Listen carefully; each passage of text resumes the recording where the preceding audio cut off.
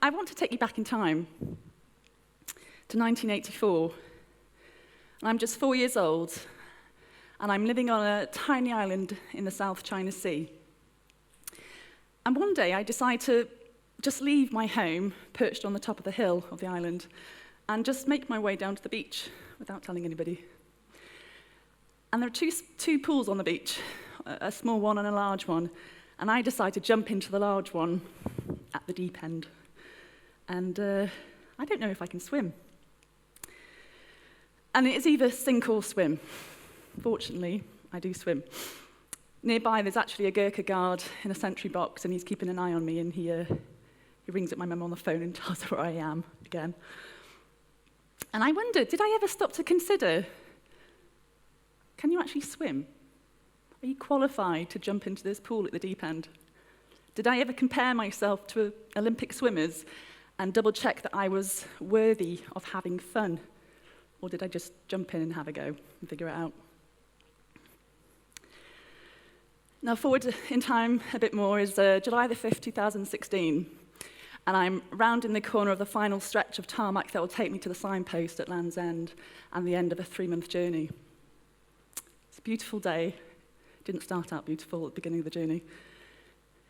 The sun is beginning to set, seagulls are swooping overhead, and in the distance I can just spot out a small group of supporters waiting for me at the finish line.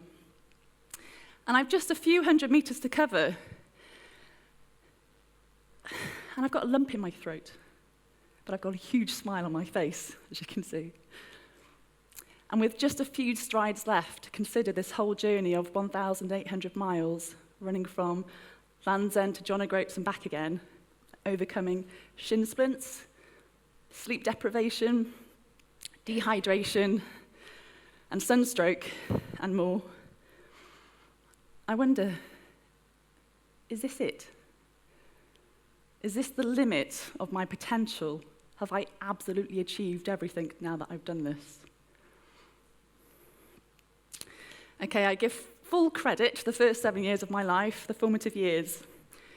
It was during these years that I was on a long leash, allowed to roam islands, courtesy of the British Army, and where we were sent.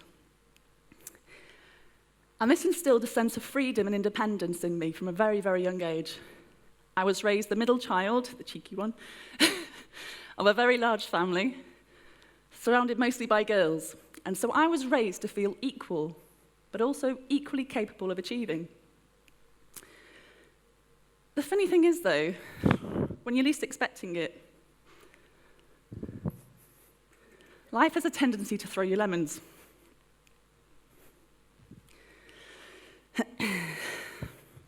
So here I was, going about my life, not so long ago, a future ahead of me, a career in the police.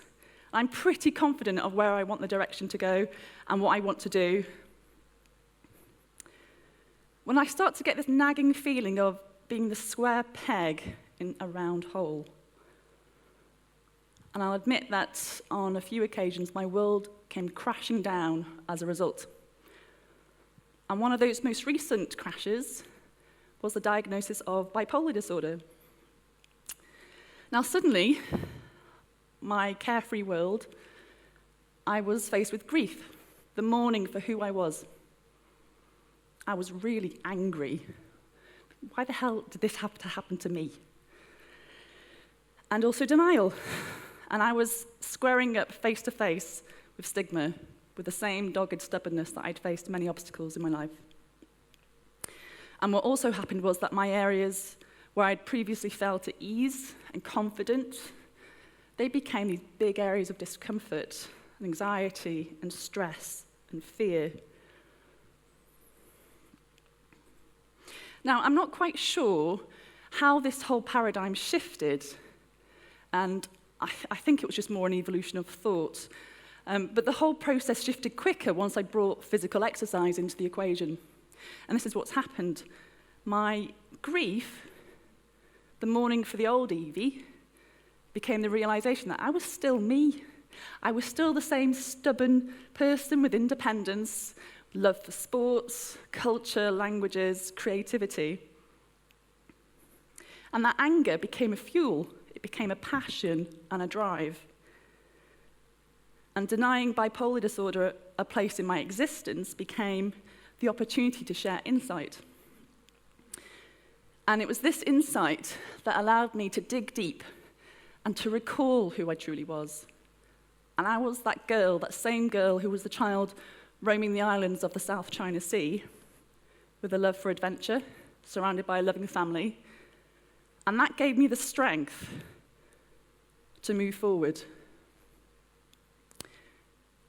And this became the concept of fierce mind for me. The run that I did, I named it Fierce Mind. And the concept of fierce mind, the basis of it all, was to overcome adversity through adventures. So running from Land's End to John O'Groats and back to Land's End again, it's a bit of a mouthful, I call it the joggle, a bit quicker. That was what it was all about. It was literally to prove that the diagnosis of a mental illness is not enough to stop you from achieving your extraordinary. Now, I didn't know that I could run 45 miles in one day until I had to do it. But I do recall my first 5K race, and it was about a decade ago. And I can tell you that the fear, the stress, that nervous wee right before the start is exactly the same at 5 kilometres as it is at 55 kilometres. But here's the thing. I had a superpower. Self-belief. I knew deep down I could do it. I'd already seen myself finish it. I didn't know how much it was going to hurt.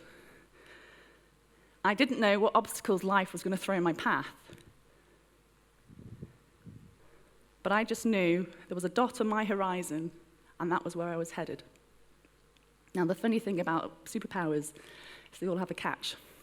And the catch for self-belief is that only I can truly believe in myself. Your belief in me, it can't do my work for me. I have to believe in myself. And not everyone did believe that I could complete a juggle, just as not everyone will believe that you can accomplish everything that you set out to do. But what can we do about it? Take action on our superpowers and work on our self-belief.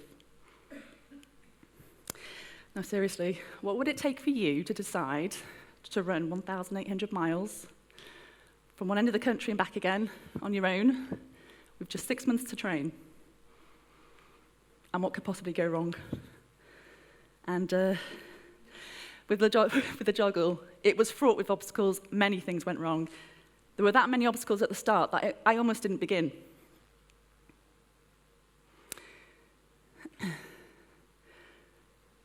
An area of doing the joggle was that I had to face obstacles that I'd never experienced before.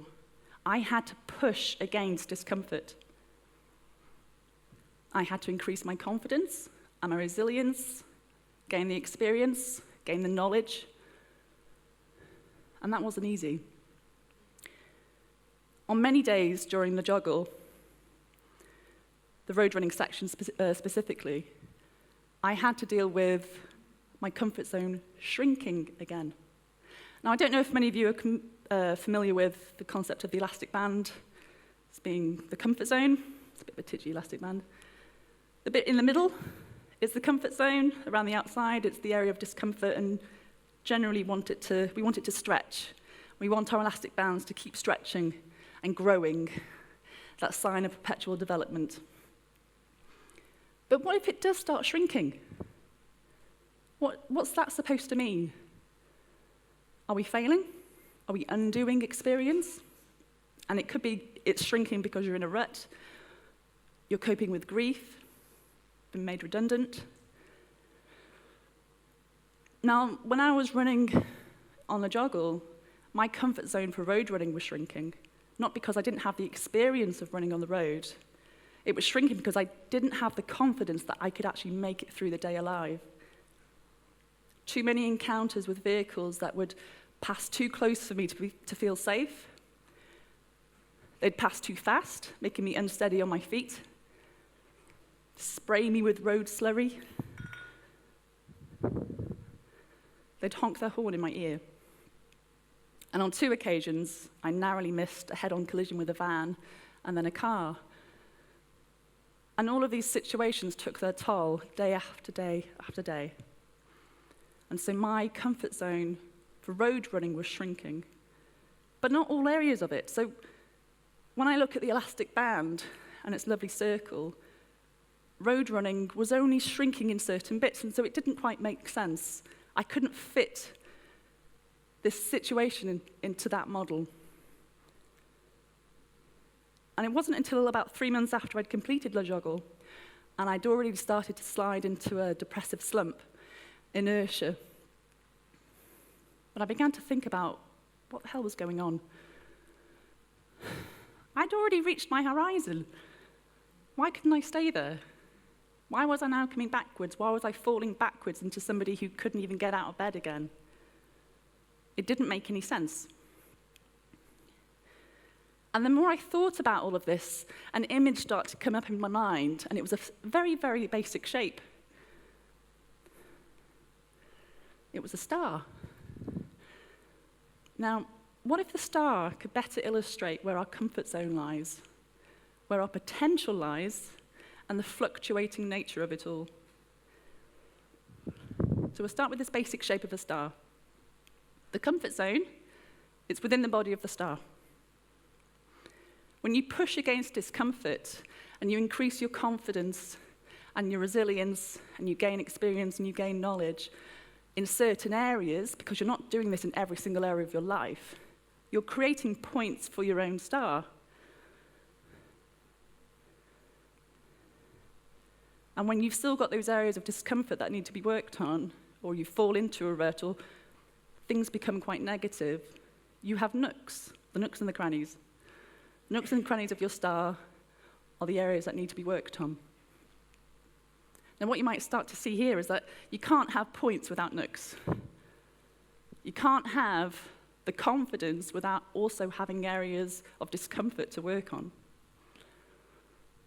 And these nooks and crannies, these areas of confidence, these points, they've all been in flux since the day you were born, constantly shifting. And what happens when these areas alter and shift constantly? They twinkle, they sparkle, and they shine. You are a twinkling star of infinite points. Now, the greatest realization for me about this illustration was it helped me to understand that the ruts that I was dealing with were also essential to my recovery, because without these ruts, I would not have had the opportunity to push against discomfort and create that fierce mind point, which gets me here today. The other thing about points and nooks and crannies is that they're not permanent. They're all temporary. Your limits are a temporary perspective, because that limit that you can see, that current horizon, it's not going to permanently stay there. It's going to shift. It's going to come towards you, and it will go back out again. Perhaps one day you can't, but today you can, and vice versa.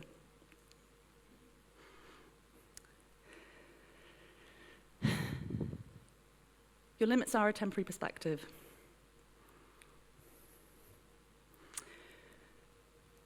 I created this star illustration really for me. It helped me to understand an uncomfortable area that I was living. But what it also did was it helped me to realize that I was actually creating the ingredients for a recipe to shine even brighter. Know and respect your capability to push your limits. Know and respect your need to retract and to start again. Thank you.